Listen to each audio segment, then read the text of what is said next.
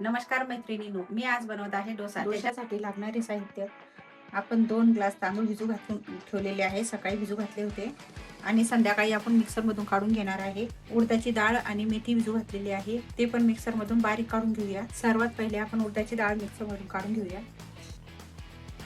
डाळ मिक्सरमधून काढून घेतलेली आहे. तांदूळ मिक्सरमधून बारीक काढून घेणार आहे आपण.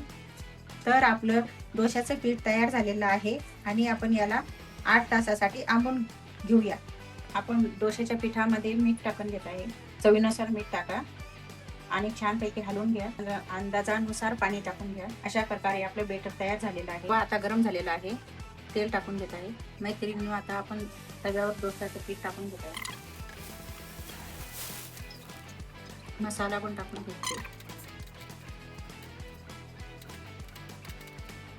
अशा प्रकारे आपला डोसा तयार झालेला आहे. मैत्रिणींनो, आपला डोसा तयार झालेला आहे. तुम्ही घरी नक्की ट्राय करा आणि व्हिडिओ आवडला असेल तर लाईक करा, सबस्क्राईब करा आणि फॉलो करा.